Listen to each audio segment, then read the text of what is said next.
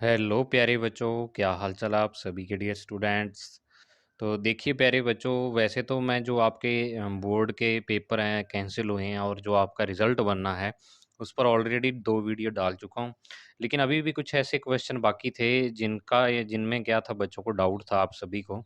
और जिसमें 2 सबसे मेन क्वेश्चन ये थे कि सर एक तो जो 12वीं क्लास में 12वीं क्लास का जो रिज़ल्ट तैयार होगा उसमें 10वीं के कौन-कौन से सब्जेक्ट के नंबर लेंगे? मतलब हाईएस्ट 3 सब्जेक्ट के लेंगे या फिर कोई और हिसाब से लेंगे नंबर?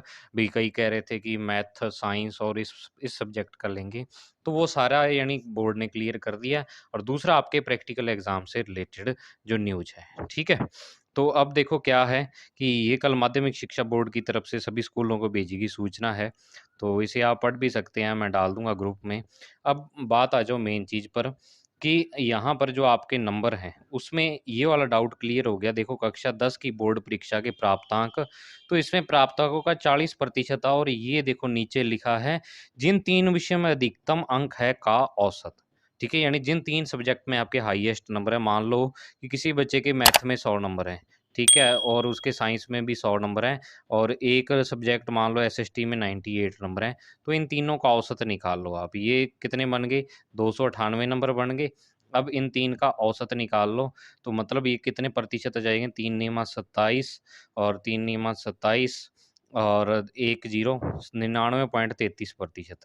अब इसका दोबारा से 40% निकालना पड़ेगा। 99.33 आपको देखो 99.33 इसको 40 से गुणा करके और 100 से भाग दे दो, तो वो आपके 40 में से नंबर आ जाएँगे भी जो ये 40% नंबर है इसमें से आपके कितने जाएँगे। तो ये चीज़ क्लियर कर दी एक तो बोर्ड ने, भी आपके जो 10वीं बोर्ड के प्राप्तांक है उसमें 40% हाईएस्ट 3 सब्जेक्ट, जिसमें भी आपके हाईएस्ट नंबर हैं। अब दूसरा उसके बाद आता है, ये तो चलो 10वीं का दे रखा है, दूसरा उसके बाद आता है कि जो आपके अंक निर्धारण होंगे, यानी जो आपके नंबर दिए जाएँगे, वो उसके 3 सदस्य होंगे। ये देखो, एक तो आपका शाला प्रधान, यानी जो आपके प्रिंसिपल सर हैं वो, फिर कक्षाध्यापक जो आपके क्लास टीचर थे और तीसरा होगा विषय अध्यापन करने वाला शिक्षक। मतलब ये 3 जने डिसाइड करेंगे कि किस बच्चे के कितने नंबर आपको भेजने हैं। जो 20 नंबर स्कूल से भेजने हैं ना, वो यानी ये 3 टीचर भेजेंगे, ठीक है? तो अब यानी 2 तो ये कॉमन होंगे ही होंगे, शाला प्रधान और कक्षाध्यापक जो आपके क्लास टीचर थे और जो आपके प्रिंसिपल सर हैं। अब आता है 12वीं की प्रायोगिक परीक्षाएँ। तो इसके बारे में क्या न्यूज़ है कि विद्यालयों में ऑनलाइन अथवा ऑफ़लाइन जैसी अनुमति गृह विभाग व चिकित्सा विभाग द्वारा प्राप्त होती है। तदनुसार शेष रही प्रायोगिक परीक्षाओं का आयोजन करवाया जाएगा। तो अब देखो, जब सरकार कह रही है, तो गृह विभाग भी सरकार के अंदर ही आ रहा है, तो इन्होंने ही निकाला है, तो मतलब कि आपके प्रैक्टिकल होंगे। ठीक है ना? प्रैक्टिकल होंगे जिनके रह गए हैं। अब किनके होंगे, किनके नहीं होंगे, वो आप स्कूल वालों से कॉन्टैक्ट करो, कि जिस स्कूल वाले ने पहले जो प्रैक्टिकल के नंबर थे, ठीक है? वो प्रैक्टिकल के नंबर अगर पहले भेज दिए हैं, कहा था ना स्कूल वालों को कि आप खुद अपने स्तर पर प्रैक्टिकल लेके और नंबर भेज दो। तो जिसने तो भेज दिए हैं उनके प्रैक्टिकल तो नहीं होंगे। लेकिन जिन्होंने अभी प्रोसेस कुछ भी नहीं किया स्कूल वालों ने प्रैक्टिकल के लिए, या कोई फ़ाइल नहीं बनवाई बच्चों से या कुछ भी, तो उन सब के प्रैक्टिकल होंगे।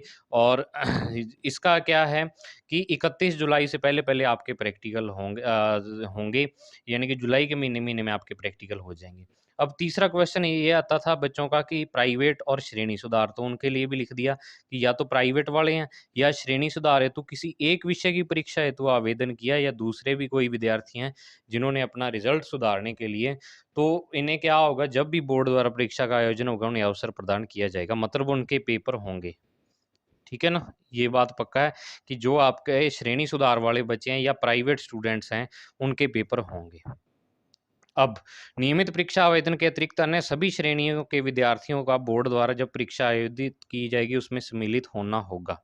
यानी कि जो ओनली रेगुलर स्टूडेंट्स थे, वो रेगुलर स्टूडेंट्स के अलावा बाकी जितने भी हैं, इन्होंने कहा नियमित परीक्षा हेतु आवेदन के अतिरिक्त अन्य सभी श्रेणियाँ, चाहे वो प्राइवेट है, चाहे वो यानी कि इम्प्रूवमेंट वाला है, तो वही चाहे वो फेल हुआ विद्यार्थी है, सारों की परीक्षा ली जाएगी इन्होंने कहा। बस ओनली जो रेगुलर स्टूडेंट थे उनकी परीक्षा नहीं होगी।